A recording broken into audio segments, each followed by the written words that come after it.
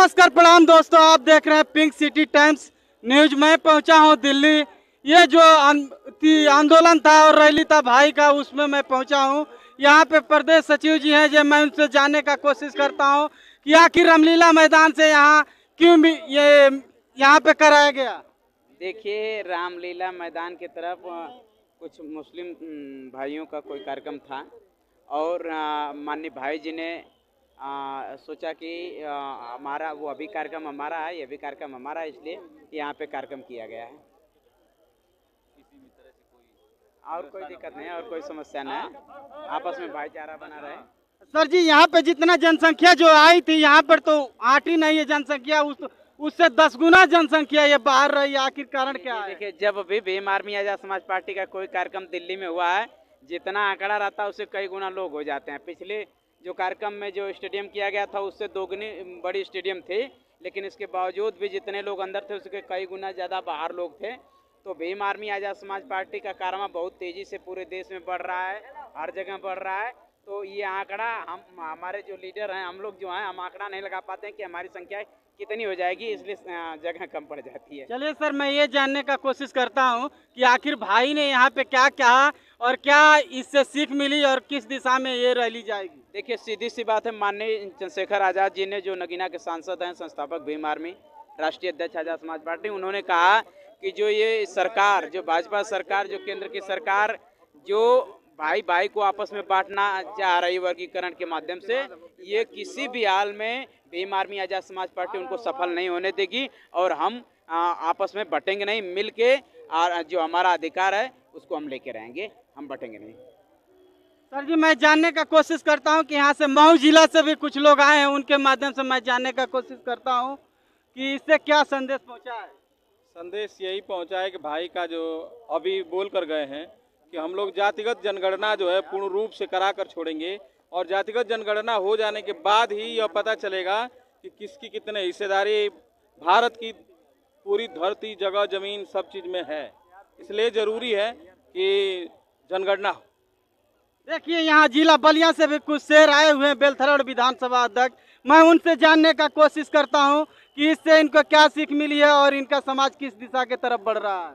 देखिए, बलिया से हम ही नहीं, बहुत सारे लोग आए हुए हैं और ये उसका देखने को खुद आप लोगों के सामने है कि ये जहाँ जितनी जगह नहीं थी उससे हजारों गुना लोग यहाँ आए हुए हैं, जगह कम पड़ गई है। और ये संदेश है कि हम बहुजनों ने फिर एक हो करके और उनकी ताकतों को ख़त्म करने का काम करेंगे। जब वो जुल्मी, जब तक हम लोगों के अधिकारों से छेड़छाड़ करेगा, हम लोग संवैधानिक अधिकारों से छेड़छाड़ करेगा, तब तक हम उन लोगों को हमेशा धूल चटाने का काम करेंगे और उन लोगों को कभी भी कामयाब होने नहीं देंगे। धन्यवाद। देखिए, एक चाचा है, मैं उनसे जानने का कोशिश करता हूं और उनका परिचय भी जानने का कोशिश करता हूं कि ये कहां से चल करके आए हैं, इस उम्र में इतना ताकत इनके में कहां से आया है। मैं अपना परिचय बताइए। मैं इंद्रपाल सिंह नायक, जिला सलाहकार भीम आर्मी, कानपुर देहात। हम ये कहना चाहते हैं कि जो मनवादी जो व्यवस्था थी, उनको मनवादी राक्षसों को मारने के लिए हमारे चंद्रशेखर आज़ाद जी एक अवतारी रूप में ये पुरुष पैदा हो गए हैं, जो इनको खदेड़ के रहेंगे। और हमारे बहुजन समाज की जिन्होंने इन्होंने 5000 वर्ष से हाक मार रखा है, वो हम छीन के, जो 90% है, जो हमारे जगदेव बाबू प्रसाद कुशवाहा, रामस्वरूप वर्मा का नारा था कि 100 में 90 शोषित हैं, शोषितों ने ललकारा है, धन धरती और राजपाट में 90 भाग हमारा है, वोट तुम्हारा राज, वोट हमारा राज तुम्हारा, नहीं चलेगा, नहीं चलेगा। वो हम अपने अधिकार अब लेके रहेंगे, क्योंकि अब हमारे सामने एक ऐसा अवतारी पुरुष पैदा हो चुका है जो ईमानदार है और निष्पक्ष है और जिन्होंने संघर्ष करके और लड़ाई करके और जेल में जाके जिनके नाखूनों की भी खाल खींच ली गई, आंगुलियों की नाक भी खींच ली गई, लाठियां बरदाई, वो आज संघर्ष करके इन लोगों को ललकार रहा है। और ये जो हमें बांटने की कोशिश कर रहे हैं जात पात के हिसाब से और क्रीमी लेयर के हिसाब से, हम वो इनका कोई भी मंसूबा सफल नहीं होने देंगे। हम अब वक्त आ गया है, ज़्यादा समय नहीं लगने वाला है, हम अपने अधिकारों को छीन के रहेंगे इनसे और इन मनवादियों को सत्ता में आने के लिए हम तरसा देंगे। ये मछली की तरह, जैसे पानी के बिना मछली तड़पती है, इस तरह से इनको तड़पाएंगे और बाहर कर देंगे। सत्ता से ही नहीं, बिल्कुल किसी काम का इनको नहीं रहा। क्योंकि इन्होंने 15% ये लोग, 10% लोग, उसमें भी 10% में 3.5% लोगों ने सभी जगह पे जमीन पे हिस्सा है, नौकरियों में हिस्सा है, शिक्षा में है, सभी जगह ने उन्होंने हकमारी की हुई है। सभी जगह ये देखो, जो करोड़ीमल से फैसला यहाँ के राजस्थान के, वो आरक्षण की लड़ाई लड़ते लड़ते मर गए, उनको आरक्षण नहीं दिया। लेकिन EWS सामान्य जाति के लोगों को बिना किसी के ऊपर निरीक्षण के और 10% उनको दे दिया। लेकिन हम लोगों को मांग के हड़ गए, लेकिन कुछ नहीं दिया। जो मंडल कमीशन की रिपोर्ट लागू की थी प्रधानमंत्री विश्वनाथ प्रताप सिंह ने, वो भी 27% OBC का आरक्षण नहीं दिया। 69,000 शिक्षक भर्ती में देख लीजिए।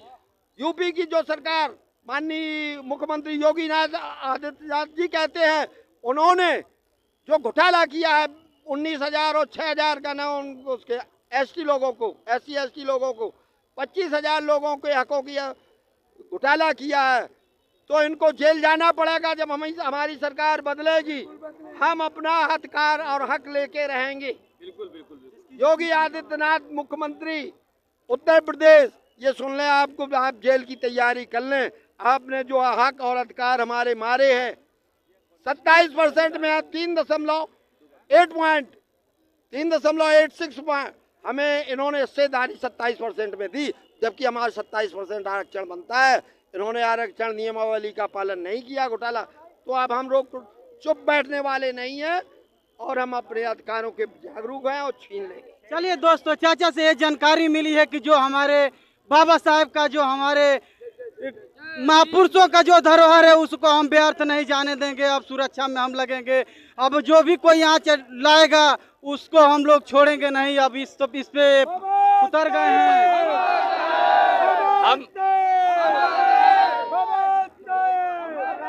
हम ज्यादा कुछ न कहते। जो संविधान विरोधी है, संविधान को खत्म करना चाहते, मैं उनके लिए एक संदेश कहना चाहता हूँ, अमन छीन लूंगा, चमन छीन लूंगा। अगर इन मनुवादियों ने संविधान को छूने की कोशिश की तो इनकी अर्थी से इनका कफन छीन लूंगा। ये रुतबा मेरे सर को तेरे संविधान से मिला है, ये सम्मान भी मुझे तेरे संविधान से मिला है। औरों को जो मिला है वो मुकद्दर से मिला होगा, मुझे तो मुकद्दर भी तेरे संविधान से मिला है। और एक बात और कहना चाहूँ, या हिंदू मुस्लिम सिख ईसाई सबका बराबर सम्मान रहेगा, लेकिन एक बात याद रहे, यह भारत है, या सबसे ऊपर संविधान रहेगा। इसी के साथ आइए दोस्तों, मैं जानने का कोशिश करता हूं कि यहाँ कुछ मुसलमान लोग हैं, उनसे उन भाइयों से मैं जानने का कोशिश करता हूं कि इस किस विचारों को लेकर के यहाँ उपस्थित हैं। देखिए जनाब, आपके चैनल के माध्यम से मैं आपको बता दूं,